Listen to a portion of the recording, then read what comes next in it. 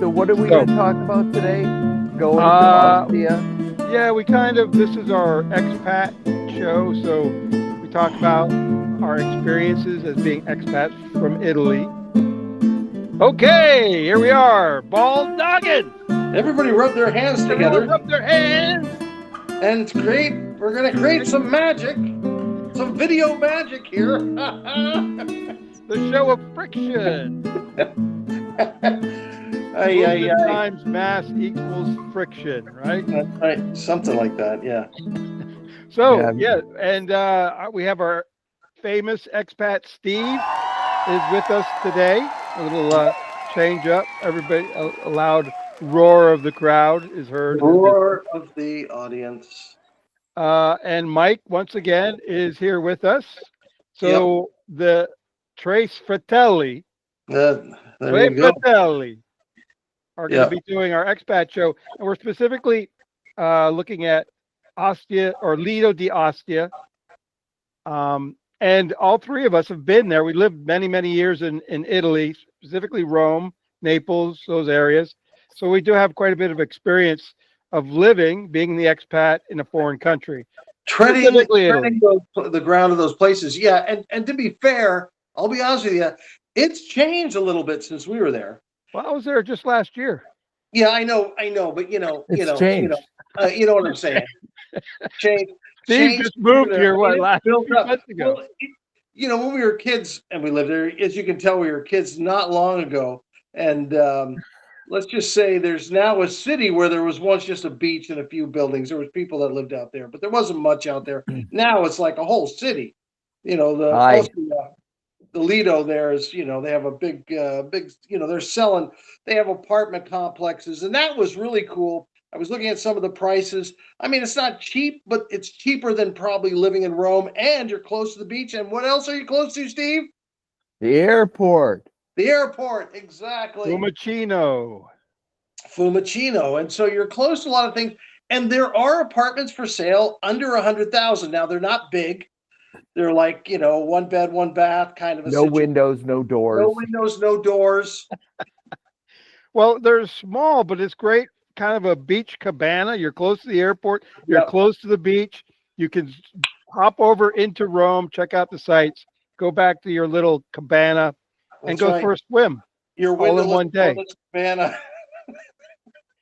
Well, these places were a little bit bigger than a cabana. They were some of them were like 3 bedrooms and a bath. Yeah. I mean, the ones I was looking at, I got on Idealista, which is a great website. If you're looking or interested or just to have fun, see different properties all over Italy, Idealista is a great website.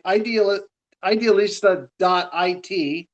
And you can have it translated into English, and it's pretty cool. So anyway, you can go on there, but you can check any community. But I was looking at the beach, and they had like some big apartments, 3 bed, 2 bath, very big, spacious. They're all measured in square meters, which is a little bit hard to figure. Going from square feet to square meters is a little bit of a trick. Square meter is probably about 10 square feet. Okay. Yeah, you're right. Yeah, that's right. Because a meter is slightly bigger than a yard. Yeah, a square yard is 9 square feet, so you're probably 10. Yeah, so just right range. That's a simple way to get a rough. There you go. There you have it. And there's some great places there, and a lot of them are ready to go. A lot of these other towns we've talked about, like when we were talking to Acqua Rica, that area down there, those houses are old.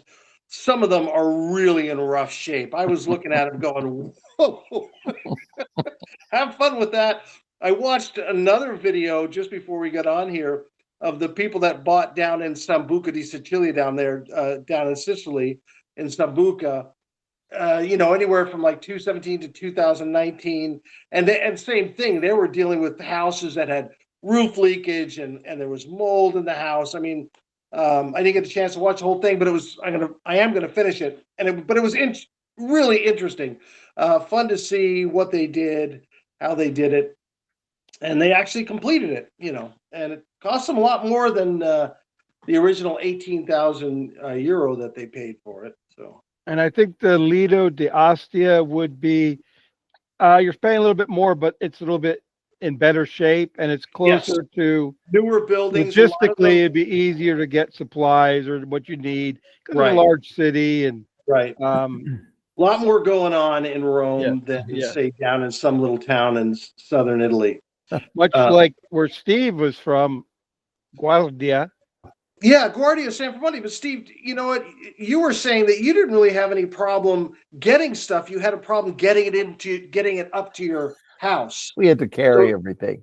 yeah. So it like this is like an interesting kind of. This is probably you're going to pay more up front, but you're getting a lot more, and you'll have access to it a lot faster. Yeah. It just But all you, depends on what you want to do. right, but the one thing I will say about Ostia, we were there, I think we went there in January, and it's a beach town. So Right. literally most everything is closed up for the winter. You know, it's sort of like if you go to upstate New York in the winter, on a lake, there's not going to be many restaurants open, except for the ice Well, fishermen. the Mediterranean is not frozen over. It's a little bit different. No. But I'm just saying, in the winter, there's Right. not much Close. going on there. In the Sure, summertime, it's boom town.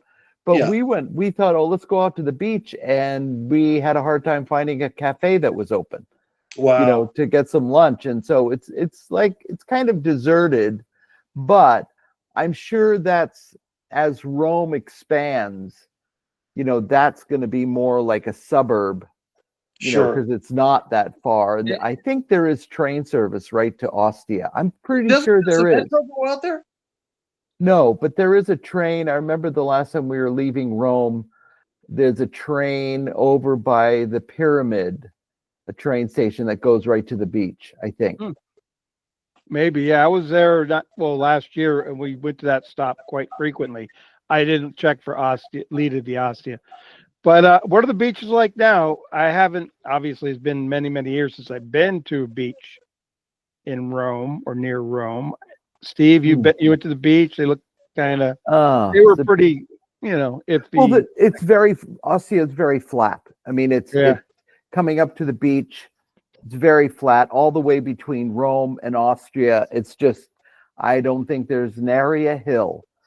If you go a little north, the coastline becomes a lot more interesting. But from there, we spent quite a few days in Gaeta, which is probably an hour south of there, which is a fun little beach town. But even there, there's stuff open in the winter, but most of the beach stuff is all closed up. But now it's a little bit. You're heading south, so is it warmer? Is it a little bit warmer? Yeah. Well, it's a trade-off. Rome itself, I think, is warmer than where we are because we're in a mountain town. Right. Now, if you're down on the sea, like in Naples, the weather is much. I mean, we'll be at, 45 degrees, and you go into Naples and it's 70. Yeah. Which is a pretty nice change. Yeah, that 70 degrees is it's perfect. Perfect. Yeah, that's interesting. Yeah, so that's just a whole different, looking to buy, if you were looking to buy a place. Yeah, I mean, I was never like awed by the beaches out in Lido. They were fine, very nice, very level, like you're saying, Steve. I mean, but as far as like, you're not getting any of the like the great architecture, some of these little, the quaint medieval architecture, some of these small towns you won't find at the Lido di Ostia.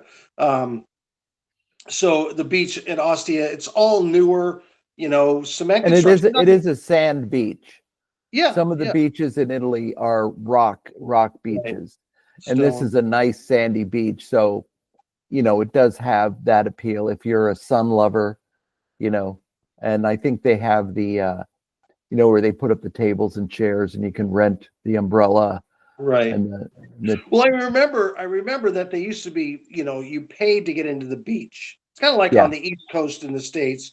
The West Coast, where I live out in Oregon, everything's open. You can't own anything from the where the beach starts. You can't own it. You can own it right up to the beach, but you can't own anything on the sand.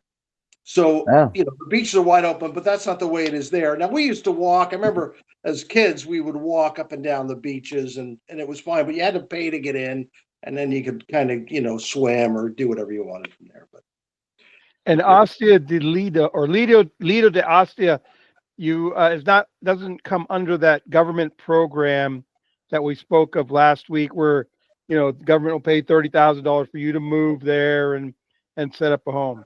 So this Right. area does not come under that regulation or benefit. Yeah, there's a lot of small towns that have tried to adopt different, and I've been looking at we were just talking about before we started the video. There's a lot of small towns that have like programs and I think it's funded by the Italian government, where they'll give you a certain amount of money, depending on where you are. Someplace it was like Costa Rica or whatever it was, that was 30,000 euro after you bought the home. But there's certain steps you have to take to get that money. You have to make sure you go through the steps, and Italy is big on bureaucracy. They keep changing the steps. And they tie one of your legs behind your back. So it makes a step. No, but they want you to do it, but it is a little bit, it is complicated. You just have to make sure. There's plenty of videos on YouTube where they will walk you through the process and tell you what you need to do. But you'll definitely want to get as much information as you can and kind of find the places where they're doing this, because they're doing it in towns that are really literally becoming depopulated. Because young people are leaving to move to the cities to get jobs. There's just nothing going on unless you have a farm, and that's Steve, you found the same thing in the town where you were. I mean, unless you worked on a farm or owned a farm, there's nothing really to do there. Well, the one thing that happens, and I hadn't done the math, but in our town, I think there were roughly 200 to 300 properties that were purchased after they did the house hunters. So it really brought in some serious money. And then you talk about, Steve, quickly go over that house hunters thing. Just quickly go over it, and just because some people won't know what we're talking about. In this little town, this Scottish woman moved from Scotland and bought this. I think she paid 10,000 euros for a little apartment in the medieval district in our little town of Guardia San Promondi. And she had some kind of connection, a friend or knew somebody, whatever. And she got House Hunters International to come to Guardia and do a show. And so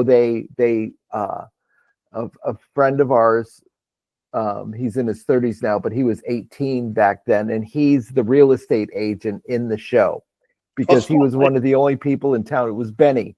I don't know if you met him. And so that brought in, I mean, a lot of money. You figure you've got 200 different properties being sold between, 20 and 100,000 euros.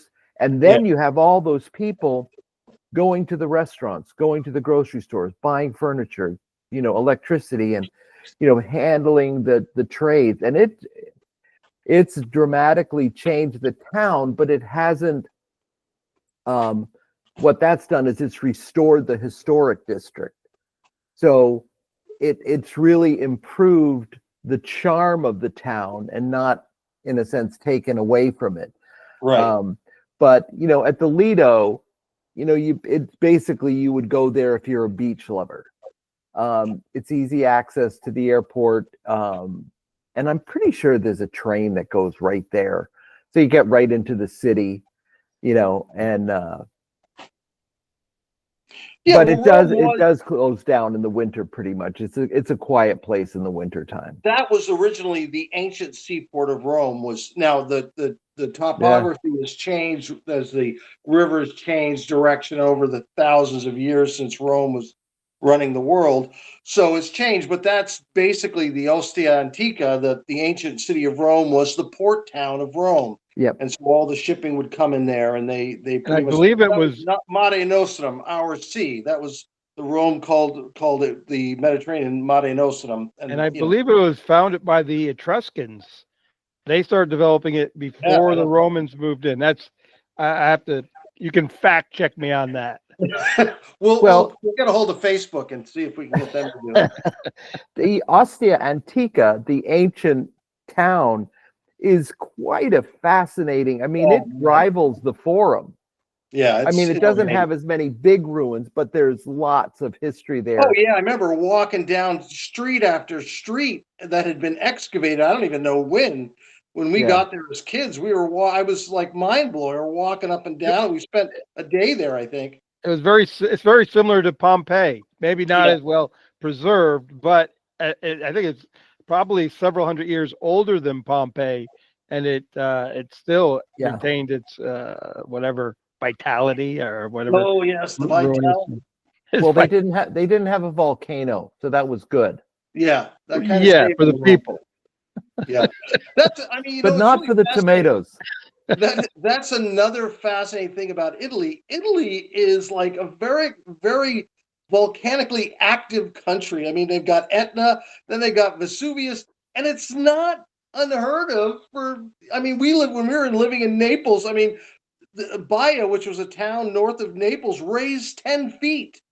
And literally all the ruins that had submerged were then above water, and the guys had to climb on ladders to get down to their boats. I mean, turned into, it's an amazingly actively volcanic area, and there's earthquakes. So, I mean, you just have to know that going in. That you're not even notice it. Yeah, you don't notice it. When it doesn't happen, you don't notice it. But when it happens, all of a sudden you notice it. When that like the people in Pompeii didn't even know. Suddenly they were covered in lava. What's going on? They almost didn't notice it until they didn't. Didn't even open their eyes after a certain point. Yeah, it's crazy. It's crazy, but it's beautiful, and I'm looking forward to going back. So Quando?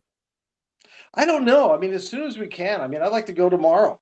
But we're going back. You're in New Jersey. Yeah, but we're in New Jersey. I think Steve is going back relatively soon. Yeah, you're going back in September? No, actually, we leave the 30th of March. Oh, wow.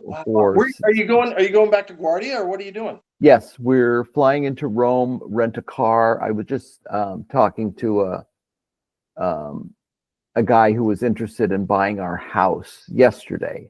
Oh, nice. And but yeah, we fly into Rome, rent a car, drive to Guardia. It's about 2.5 hours, and it's really the easy way to go. And a lot of people fly into Naples, but the car rental in Naples, you pay like $700-800 for a car for a week or 10 days, and you go to Rome and it's like $150.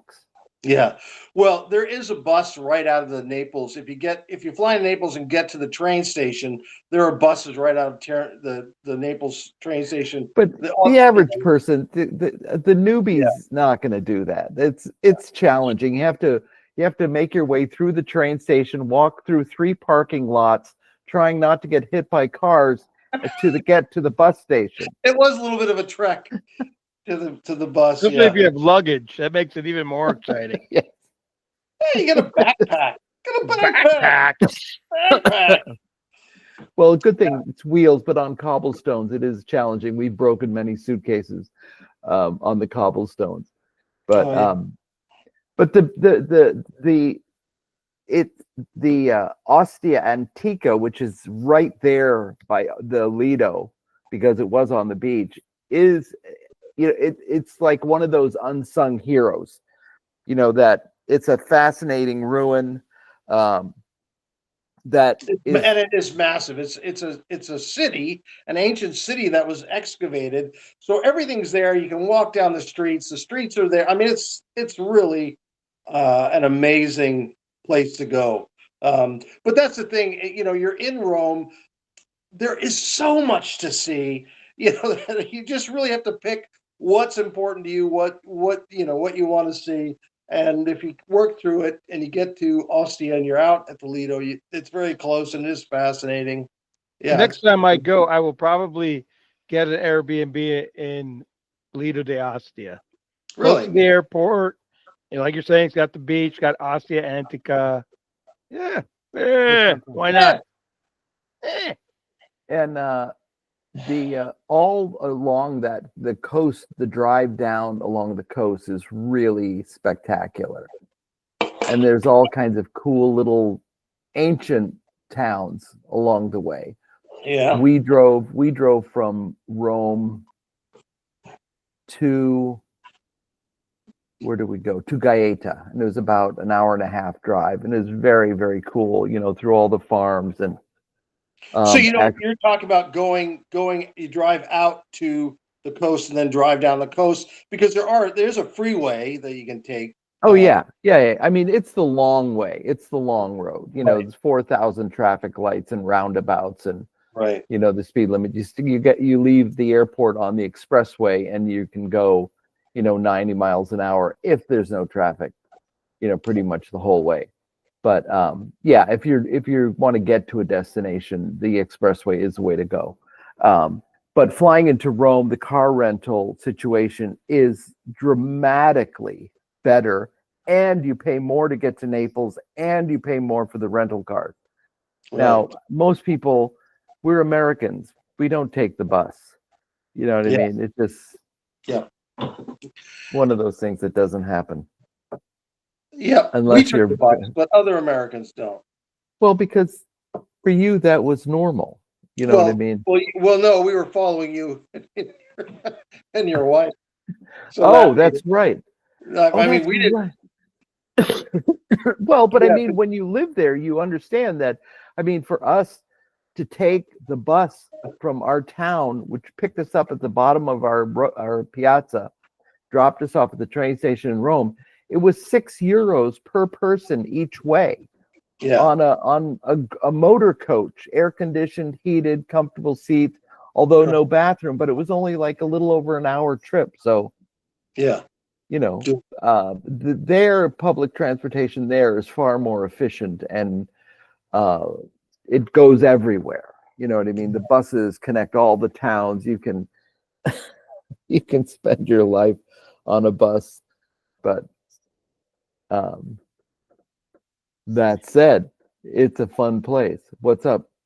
Well, I think maybe that we don't want to talk too long on this show, because we got Because so we many want to do other another shows. show, and if we talk too long on this show, we won't Then be we able won't have to. nothing to talk about. We'll be sitting on the next show. Yep. Yep. There. We'll all, And there's we'll all have none a that. beer, stand up against a fence, going, yep. So I want to thank each and every one of you for watching. I want to thank my two co-hosts here, knocked it out of the park once again. And remember to subscribe and like and share and all that, YouTube Yeah, leave stuff. a comment. Leave a comment. Come on. Get her done. Get her done. Comment. Yeah. We did All right. have a few comments, but very, very few. I get tired of leaving comments on my own videos. Yeah, we're commenting to each other. It's kind of like, So the thing is to ask more questions about, would love to hear your experiences, your comments. If you've been to Ostia, what did you think? Yeah, Do you have any tips? I didn't know. Yeah. that's a good idea, hey, Steve. If Mike, you have any comments or questions, ask him. If you've ever been to Lido, if you've ever seen this Tell us man about with a beard, let us know. where's Waldo? Hopefully- Okay, Hopefully- before we get too off track. That's right. Sorry. All right. All right. Adios. Ciao.